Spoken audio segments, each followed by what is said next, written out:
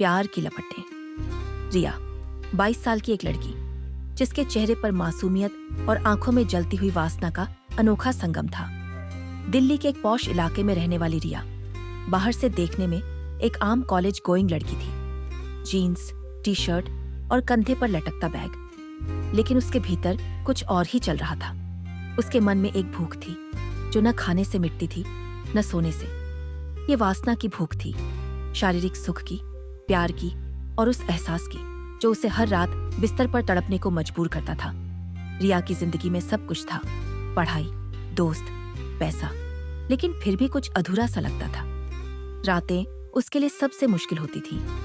जब दुनिया सो रही होती, वह अपने कमरे में अकेली अपनी सांसों की गर्मी और उंगलियों के स्पर्श से खुद को शांत करने की कोशिश करती, पर यह काफी नहीं था। उसे कोई चाहिए था, कोई ऐसा जो उसकी इस आग को बुझा सके या शायद और भड़का दे। एक दिन कॉलेज के बाद रिया अपने दोस्तों के साथ एक कैफे में बैठी थी। तभी उसकी नजर एक लड़के पर पड़ी। उसका नाम था अर्जुन। लंबा कद, गहरी आंखें और होठों पर हल्की सी मुस्कान। वह ऐसा लगता था मानो रिया के सपनों से निकलकर सामने आ गया हो। अर्जुन वहां अकेला बैठा कॉफी पी रहा था और उसकी नजरें बार बार रिया की ओर उठ रही थी। रिया को लगा जैसे उसके शरीर में बिजली सी दौड़ गई। उसने अपने दोस्तों से कहा, मुझे थोड़ा फ्रेश होना है, और उठकर वॉशरूम की ओर चली गई। लेकिन असल में वह अर्जुन के पास से गुजरना चाहती थी। जैसे ही वह अर्जुन की टेबल के पास से निकली, उसने जानबूझकर अपना फोन नीचे गिरा दिया। ओह सॉरी, उसने झुकते हुए कहा और अपनी नजरें अर्जुन से मिलाई। अर्जुन ने फोन उठाकर उसे वापस दिया और उसकी उंगलियां रिया की उंगलियों से छू गई। वह स्पर्श गर्म, नरम और कुछ सेकंड के लिए रुक सा गया। केयरफुल, अर्जुन ने धीमी आवाज में कहा, और उसकी आंखों में एक चमक थी जो रिया को बेचैन कर गई। उस रात रिया अपने बिस्तर पर लेटी थी। अर्जुन की आवाज, उसका स्पर्श, उसकी मुस्कान, सब कुछ उसके दिमाग में घूम रहा था। उसने फोन उठाया और इंस्टाग्राम पर उसे ढूंढना शुरू किया। कुछ मिनटों में उसे अर्जुन मिल गया। उसने एक स्टोरी पोस्ट की थी, एक गिटार के साथ उसकी तस्वीर। रिया ने बिना सोचे उसे मैसेज कर दिया, नाइस ट्यून, का भी सुनाओगे? जवाब आया, क्यों नहीं, कल मिले। रिया की सांसें तेज हो गईं। उसने हाँ टाइप किया और फोन को सीने से लगा लिया। अगले दिन दोनों एक पार्क में मिले। बातें शुरू हुई, हल्की, मासूम, लेकिन रिया की नजरें अर्जुन के होंठों पर ठहर रही थी। हवा में हल्की ठंडक थी और अर्जुन ने अपनी जैकेट रिया को दे दी। तुम्हें ठंड लग रही होगी, उसने कहा। रिया ने जैकेट ली और उसकी खुशबू को गहरी सांस के साथ महसूस किया। फिर एक पल के लिए दोनों चुप हो गए। अर्जुन ने धीरे से रिया का हाथ पकड़ा। उसकी हथेली गर्म थी और रिया के शरीर में एक सिहरन दौड़ गई।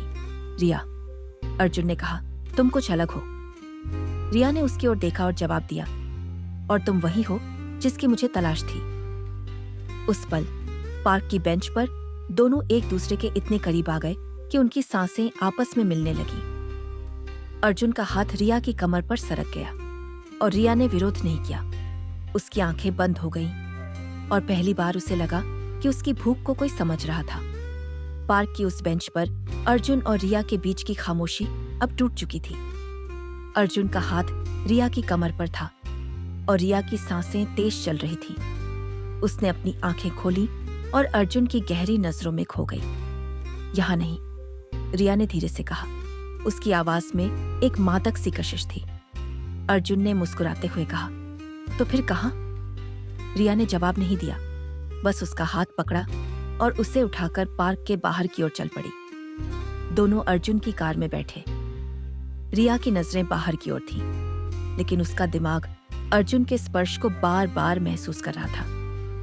कार स्टार्ट हुई और अर्जुन ने पूछा, कहाँ चले?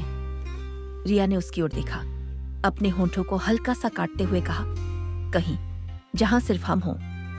अर्जुन की आंखों में एक चमक उभरी। उसने कार को शहर से बाहर की ओर मोड़ दिया, एक सुनसान रास्ते पर, जहां पेड़ों की छांव और हवा का शोर ही साथी थे। कार एक छोटे से कॉटेज के पास रुकी, जो अर्जुन का वीकेंड गेटअवे था। अंदर का माहौल गर्म था। लकड़ी की दीवारें, मध्यम रोशनी और एक फायरप्लेस जो हल्की सी आग से जल रहा था। रिया ने अपने जूते उतारे और नंगे पांव फर्श पर चलते हुए अर्जुन की ओर मुड़ी। ये जगह, उसने अधूरी बात छोड़ी। अर्जुन उसके पास आया, उसकी कमर को दोनों हाथों से पकड़ा और कहा, ये जगह अब तुम्हारी है। उसकी आवाज में एक गहराई थी जो रिया के दिल को छू गई। अर्जुन ने रिया को अपनी ओर खींचा और उनके होंठ एक दूसरे से मिल गए। ये चुंबन नरम नहीं था, ये भूखा था, जुनूनी था। रिया ने अपने हाथ अर्जुन की गर्दन के पीछे डाले और उसे और करीब खींच लिया। उसकी उंगलियां अर्जुन के बालों में उलझ गईं और अर्जुन का हाथ रिया की पीठ से नीचे सरकने लगा।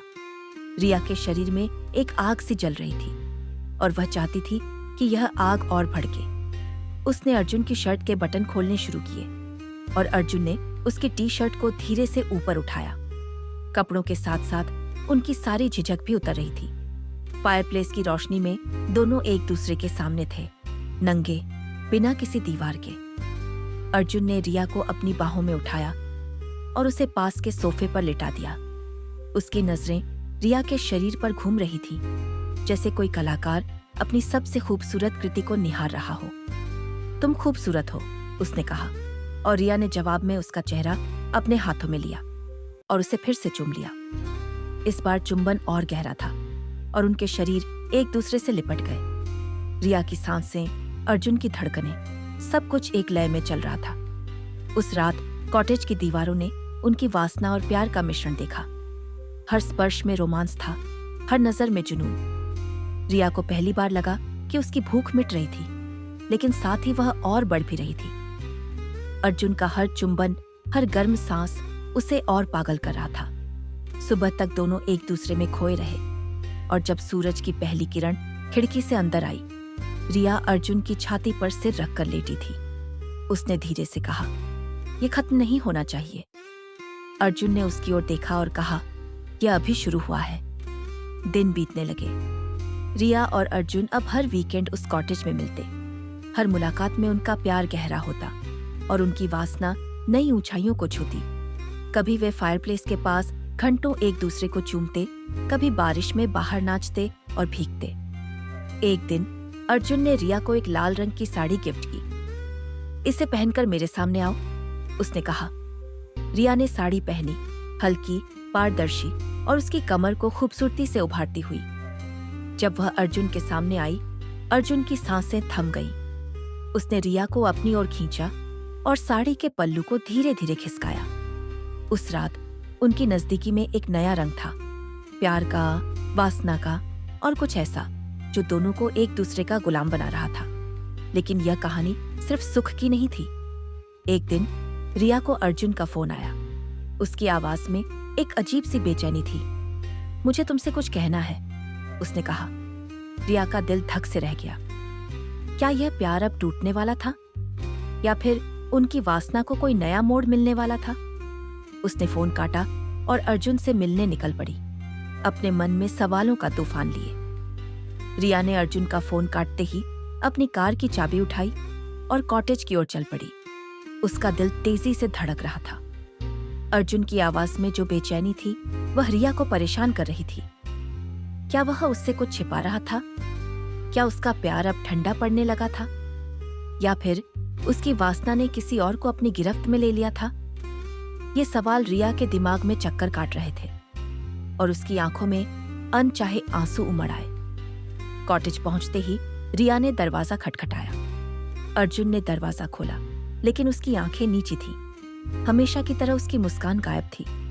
क्या हुआ अर्जुन? रिया ने उसका हाथ पकड़ते हुए पूछा। अर्जुन ने उसकी ओर देखा, फिर नजरें फेर ली। बैठो रिया, बात करनी है। उसकी आवाज भारी थी, जैसे कोई बोझ उसके सीने पर रखा हो। रिया सोफे पर बैठ गई, लेकिन उसका मन बेकाबू हो रहा था। बोलो ना, क्या छिपा रहे हो? उसने थोड़ा गुस्से से कहा। अर्जुन ने गहरी सांस ली और कहा, मुझे 1 हफ्ते बाद लंदन जाना है। जॉब का ऑफर आया है और मैंने हाँ कर दी। रिया के लिए यह बात किसी बम से कम नहीं थी। उसका चेहरा पीला पड़ गया और उसकी आवाज कांप रही थी। हमारा प्यार, हमारी रातें, ये सब क्या था? अर्जुन ने उसकी ओर देखा। उसकी आंखों में दर्द साफ दिख रहा था। रिया, तुम मेरे लिए सब कुछ हो, लेकिन ये मौका मेरे करियर के लिए जरूरी है। मैं चाहता हूं कि तुम मेरे साथ चलो। रिया हंस पड़ी, लेकिन उसकी हंसी में कड़वाहट थी। साथ चलूं? अपनी जिंदगी छोड़कर, अपने सपने, सिर्फ इसलिए कि तुम्हें मुझसे प्यार है, या सिर्फ इसलिए कि तुम्हारी वासना को मेरी जरूरत है? अर्जुन ने उसका हाथ पकड़ने की कोशिश की, लेकिन रिया ने उसे झटक दिया। तुम समझते क्यों नहीं अर्जुन? मुझे तुमसे प्यार है, पर यह सिर्फ बिस्तर की गर्मी नहीं है। मैं तुम्हें हर पल चाहती हूं। तुम्हारी हंसी, तुम्हारी बातें, तुम्हारा साथ। और तुम मुझे यहां छोड़कर चले जाओगे? उसकी आंखों से आंसू बहने लगे और वह उठकर खिड़की की ओर चली गई। अर्जुन उसके पीछे गया। उसने रिया के कंधों को पकड़ा और उसे अपनी ओर मोड़ा। रिया, मैं तुम्हें खोना नहीं चाहता। मैंने सोचा था तुम समझोगी। रिया ने उसकी आंखों में देखा और कहा, समझूं? मैं हर रात तुम्हारे लिए तड़पती हूं अर्जुन। तुम मेरे शरीर को नहीं, मेरी आत्मा को छूते हो, और अब तुम कह रहे हो कि मैं तुम्हें छोड़ दूं? उसकी आवाज में गुस्सा, प्यार और दर्द का मिश्रण था। कमरे में सन्नाटा छा गया। फायरप्लेस की आग अब भी जल रही थी, लेकिन उसकी गर्मी दोनों के बीच की ठंडक को नहीं मिटा पा रही थी। अर्जुन ने रिया को अपनी बाहों में खींच लिया। मैं तुम्हें कभी नहीं छोड़ूंगा, उसने कहा, और उसकी आवाज में एक वादा था। रिया ने विरोध नहीं किया। उसकी आंखें बंद हो गईं और वह अर्जुन की छाती से लगकर रोने लगी। अर्जुन ने उसके आंसुओं को चूमा और धीरे धीरे उसका हाथ रिया की कमर पर सरक गया। उस रात दोनों के बीच फिर वही जुनून जागा, लेकिन इस बार उसमें दर्द का रंग भी था। अर्जुन ने रिया को सोफे पर लिटाया और उसकी हर सांस में प्यार और वासना का मेल था। रिया ने भी खुद को रोकने की कोशिश नहीं की। वह जानती थी कि यह शायद उनकी आखिरी रात हो सकती है। हर चुंबन में एक अलविदा था, हर स्पर्श में एक माफी। सुबह तक दोनों एक दूसरे में डूबे रहे, लेकिन जब सूरज उगा, रिया ने अर्जुन से कहा, मुझे वक्त चाहिए। अर्जुन चला गया और रिया कॉटेज में अकेली रह गई। उसने वह लाल साड़ी उठाई जो अर्जुन ने उसे दी थी और उसे सीने से लगा लिया। उसकी खुशबू अब भी उसमें बसी थी। रिया के मन में सवाल थे, क्या वह अर्जुन के साथ लंदन जाए? क्या वह अपने प्यार को इस वासना से ऊपर उठा पाएगी, या फिर यह आग हमेशा के लिए बुझ जाएगी? दिन बीतते गए। रिया ने अर्जुन को मैसेज नहीं किया और अर्जुन ने भी उसे परेशान नहीं किया। लेकिन एक रात जब बारिश हो रही थी, रिया के फोन पर एक मैसेज आया। मैं रुक गया हूं रिया, लंदन नहीं जा रहा, तुम मेरी जिंदगी हो। रिया की आंखें भर आईं। उसने फोन उठाया और कॉटेज की ओर दौड़ पड़ी। बारिश में भीगते हुए जब वह पहुंची, अर्जुन दरवाजे पर खड़ा था। दोनों एक दूसरे की ओर दौड़े। अर्जुन ने रिया को अपनी बाहों में उठाया और बारिश में भीगते हुए दोनों फिर से एक हो गए। मैं तुम्हें कभी नहीं छोड़ूंगा, अर्जुन ने कहा, और रिया ने जवाब में उसे चूम लिया। उस रात कॉटेज की दीवारों ने फिर उनकी वासना और प्यार को देखा, लेकिन इस बार उसमें एक वादा था, हमेशा साथ रहने का।